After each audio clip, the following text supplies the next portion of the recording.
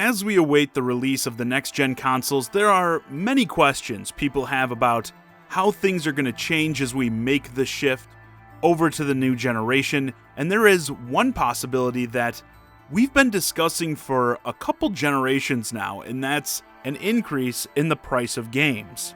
The price of video game software really hasn't changed much since the beginning of video games, which is quite a feat. As games blow up into these obnoxious development budgets, it would make sense that the prices also have to increase. And we recently saw the first indication that this may be happening with the PlayStation 5 and Xbox Series X. Yesterday, I'm sure many of you have seen this, 2K announced pricing as well as details on the various upcoming editions for NBA 2K21, giving people this nice little chart here so they can try to figure out which version gets them everything they want. Aren't these great? Aren't video games so much fun?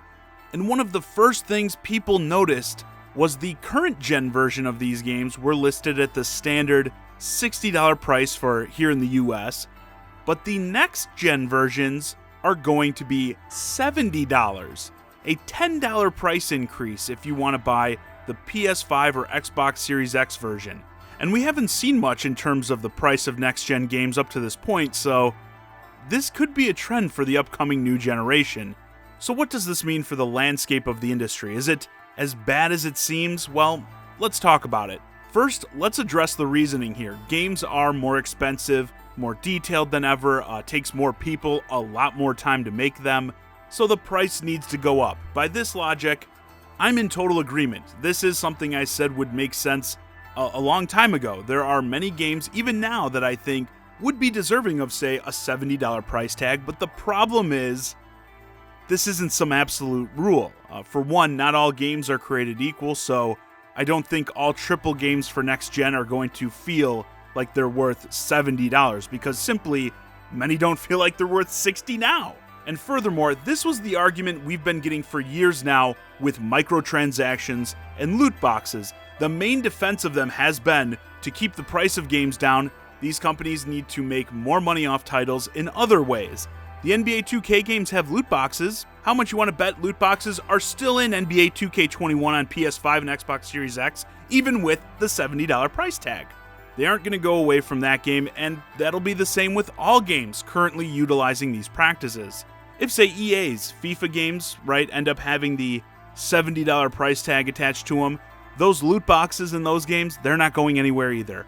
The scummy companies that have always been scummy, shocker, I believe, are going to continue to be scummy. And it probably will happen gradually for some, but it will happen nonetheless. This will be just like when I was screaming regularly about microtransactions.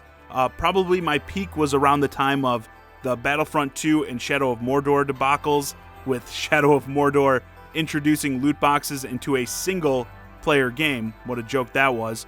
But yeah, back then there were the defenders going, oh, ChiGuy, it's not that big of a deal, just some microtransactions.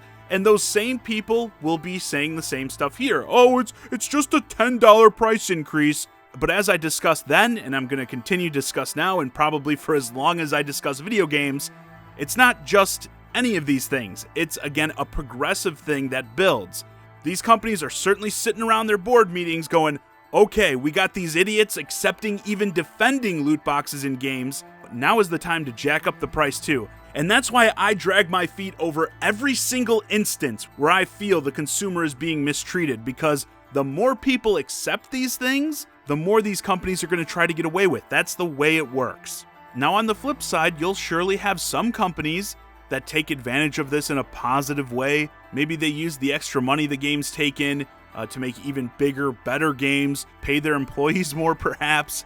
But again, they're going to be the same companies who are going the extra mile now. So essentially, if we do see a price increase to $70, I think you're still going to have companies giving you great quality experiences that are worth that price tag, and ones that are giving you ones that don't even feel near worth the value. And they're probably going to be pretty much the same companies that you feel this way about now, with games being $60. Best thing you can do is always spend your money on the good companies that are putting out high quality content. Speaking of which, indie games could be moving into an even better position as a result of this. Indies have been on the rise big time this generation, with the standouts providing high-quality experiences at a much cheaper price than AAA games. If your AAA games go up to $70, you could see indies rise in price as well, for sure, but it's definitely not going to be by as much. Maybe they go up by a similar percent as AAA games on average, but that's still just a couple bucks.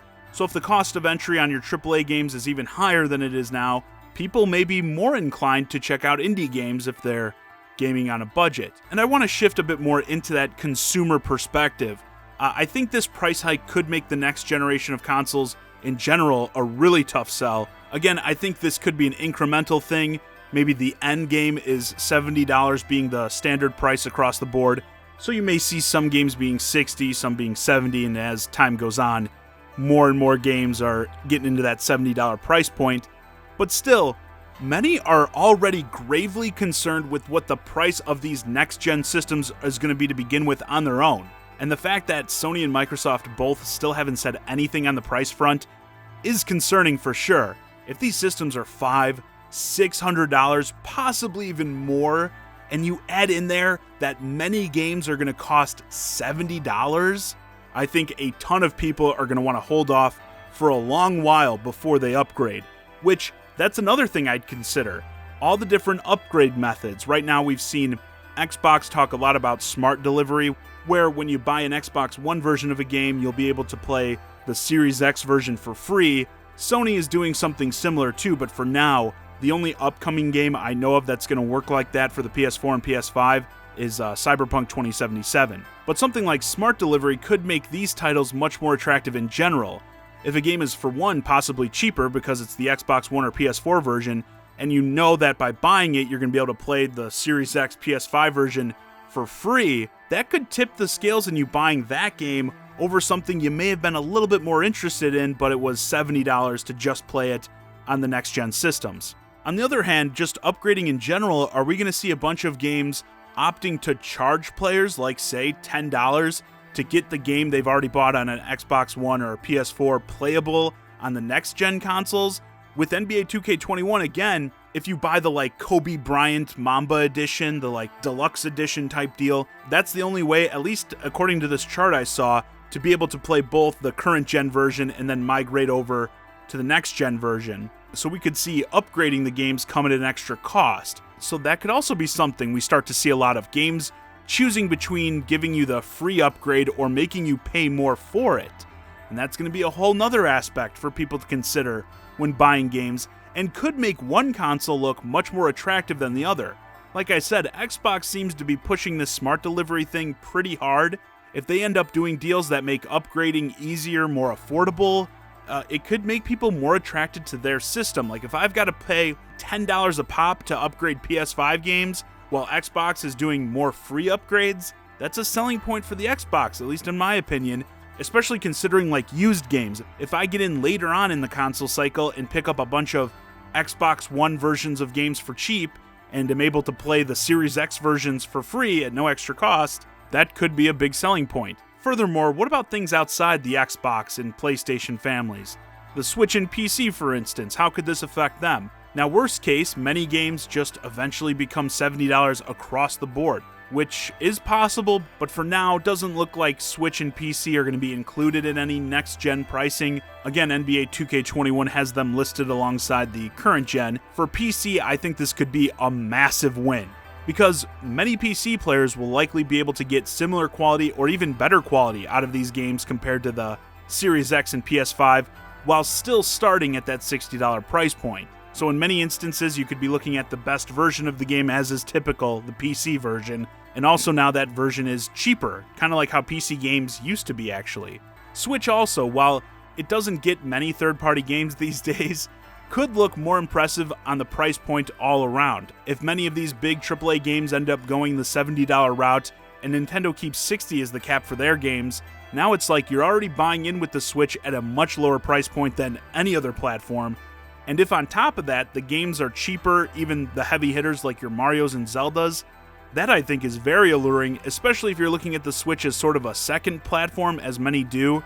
Like, Higher cost on hardware and software makes owning multiple next-gen systems much less affordable, much less likely for a lot of people, which I think means the Switch looks even better for something people use as supplemental in addition to their main platform. PC and Switch, I actually think, could be quite the ultimate combination if they both end up having the lower price points for games, for sure. There's a ton that could happen, who knows how prices will change, but I think the biggest thing to note is that if there is a price increase, you probably won't see much of a change in terms of the games you get from the different companies. The ones that have been giving you good deals in terms of what you get versus what you pay will continue to do so, and the ones who are looking to screw you at every turn will also continue to do so. I think $70 can totally work, could have totally worked for a while now, but just like games are now and have always been, it comes down to what do you get for that price and is it worth the price? Anyway, with that, this video is a wrap. Let me know your thoughts on a potential game price increase in the comments. Would you be down for a price increase if it meant, bigger, better games on these new next-gen systems, as well as less microtransactions, loot boxes, etc.? And how realistic do you think that all is for all the different companies making games? Hey guys, I hope you enjoyed this discussion of the price of games potentially going up. If you're new to the channel, please consider subscribing. And if you want to keep the conversation going, hit me up on Twitter at Johnny Zakari and join my Discord, ChiGuy and Friends. Link to both in the description below. And as always, thanks for watching.